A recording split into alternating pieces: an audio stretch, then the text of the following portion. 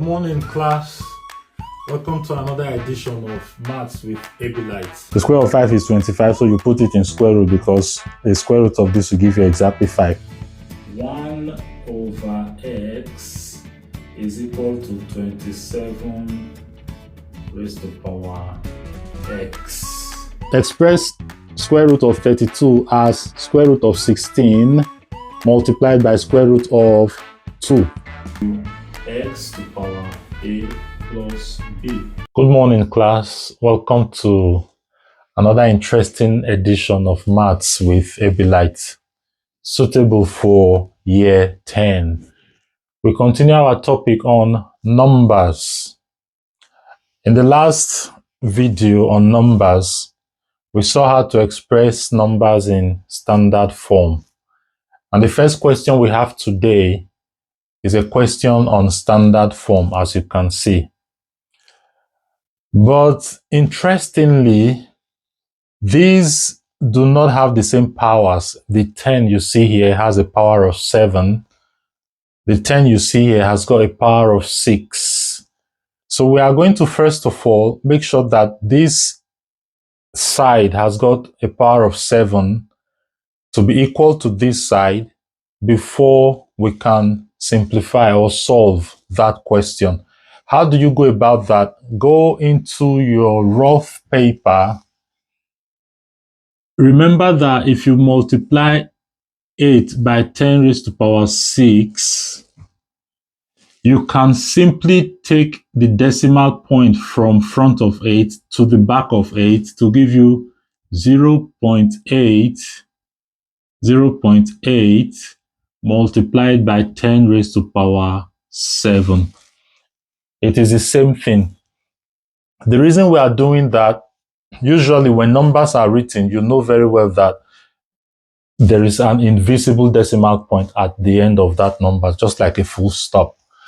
And then you are having 10 to power 6. You want to ensure that you get 10 to power 7. You move the decimal point one place to the left, so that when you move it one place to the left, you add 1 to 6. When you add that 1 to 6, after you have moved this one this way, you have 0.8 multiplied by 10 to power 7. This is to be done in your rough paper. It doesn't show in your working. But I had to do it because this is a lecture for you to understand how it is gotten. So we are going to write our solution in this place. After writing that, you are going to have 9 multiplied by 10 to power 7 plus, 0.8, remember what we just did, multiplied by 10 to power of 7. Now we have the same numbers on these two sides. Then you go this way. You will do what we call factorization. 10 to power 7 is here, 10 to power 7 is here. They have one common thing. So bring out 10 to power 7, open bracket, you are left with 9 in this place, added to 0.8. This bracket is like multiplication. So when you do that, you are going to have 9.8 multiplied by 10 raised to power 7. And that is your answer. This is for 1 mark, and you have got your 1 mark. I hope this is clear enough. The next one is asking you to solve this or calculate this. 6 times 8 plus 4 all over square root of 18 minus 6 divided by 3. When you see a question like this that has got times, plus, minus, divide, everything put together, you go back to your board mass. Board mass. If you remember the full meaning, it says brackets of division, multiplication, addition, and subtraction. It means when you have this kind of mixed numbers, you take them in that order. They should be done in that chronological order. Brackets, check. Is there anything like brackets there? You do it first. Off is like times. You do that first. Division is next. Multiplication, same as times. Addition and subtraction. So in this place, we can see that there is a times, which is multiplication. It comes first on that numerator. So 6 times 8 should give us 48.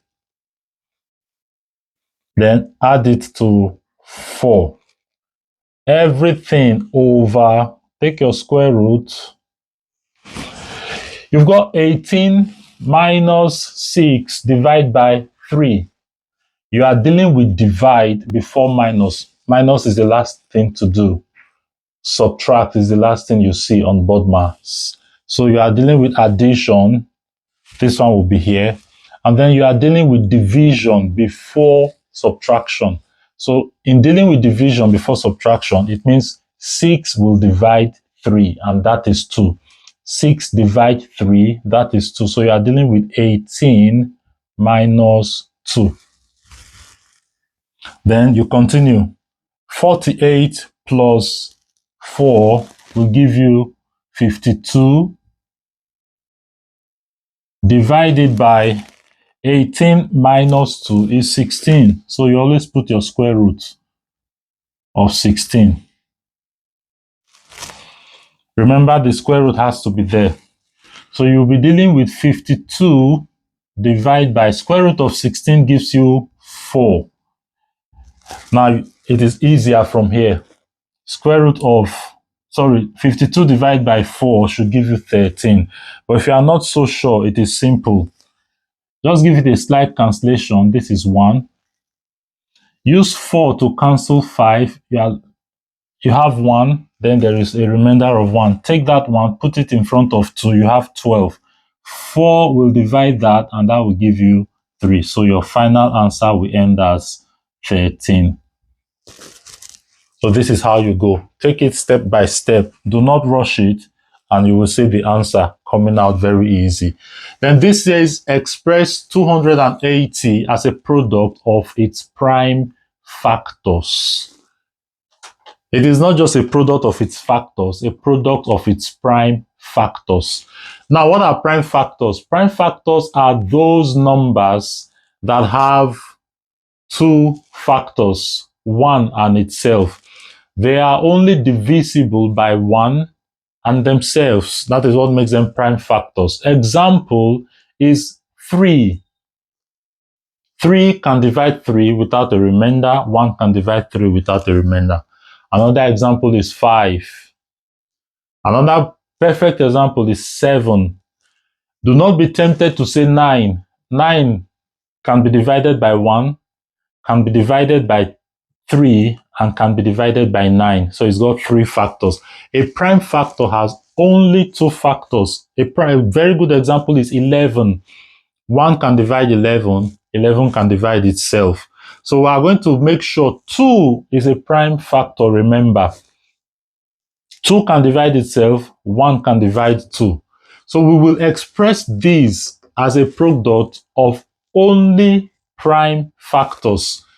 It is easy. 280 is equal to 28 times 10. 28 is not a prime factor. 10 is not also a prime number. So we cannot leave it at this level. So we are going to break it down further. 28 can give you 4 times 7. 10 can give you 2 times 5. In this place, you have got a prime factor 2. You have got another prime factor 5. But here, 4 is not a prime factor and 7 is a prime factor. What do? You divide further. So you tell them that 280 is equal to, this 4 can be divided into 2 times 2, and then times 7 is always present. then times another 2, times 5. So everything there is a prime factor. 2 is prime, 2 is prime. 7 is prime, 2 is prime, and 5 is prime. With this, you have done justice to the question. If you now want to finalize it and let your examiner know that you are very good in what you do, you have 2, 2, 2. It means 2 raised to the power of 3. Simply say 2 raised to the power 3 multiplied by, you can say 5 first because you want to arrange them in an in an increasing order, and then multiplied by 7, and this gives you your final answer. This is not to say if you leave your answer here you will fail it. At this point you have arrived at the answer because everything here are all prime factors. But because you want to let the examiner know that, oh, you have been attending maths with Ablight, and you want to let him know that, oh, you know when things should be done properly, you go ahead to say 2 raised to power 3. Means you are advanced. They will even be happy with you. But at this point, you will get your full mark. If you don't want to, you take it further and express it this way. You get your full mark. The last question for today says, calculate 8 over 9 plus 5 over 12, giving your answer in its simplest form. This should not be a problem at all. We will be dealing with 8 over 9 plus 5 over 12. It's just simple maths. You are going to look for the LCM of 9 and 12. For those who may not know what LCM means, it means lowest or least common multiple. The multiple that this one can go into and this one can go into without a remainder.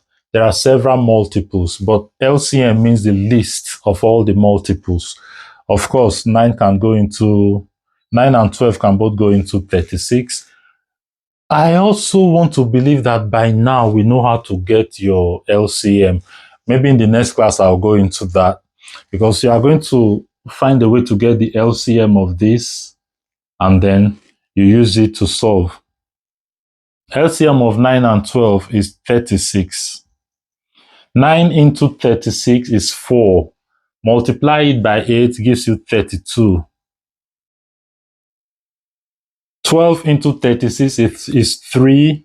Multiplied by 5 will give you 15. Add up 32 to 15, it gives you 47 divided by 36. And the question said you should express this would have been your answer, but at this point you will get half mark. You will not get your full mark. It says express your answer in its simplest form. To express it in simplest form is to ensure that the numerator is smaller than the denominator. In this place, the numerator is bigger than the denominator. So what do? You go ahead to say 36 into 47 will give you one whole number. And then you'll be left with what? 47 minus 36, and that is 11 over 36. So this is how you get your full mark. If you leave it here, you will get a half mark because this question is very specific. It has said in its simplest form. So because of that specificity, you ensure that you have one whole number, 11 over 36. Having said that, we will end the class today for 10 years plus. In the next class, we will take more examples. Remember, we are still dealing with numbers. After that, we'll take another topic and we'll start solving questions on those topics.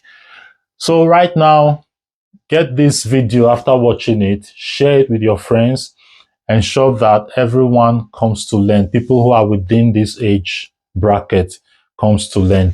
See you in the next class. Have a great weekend. Bye.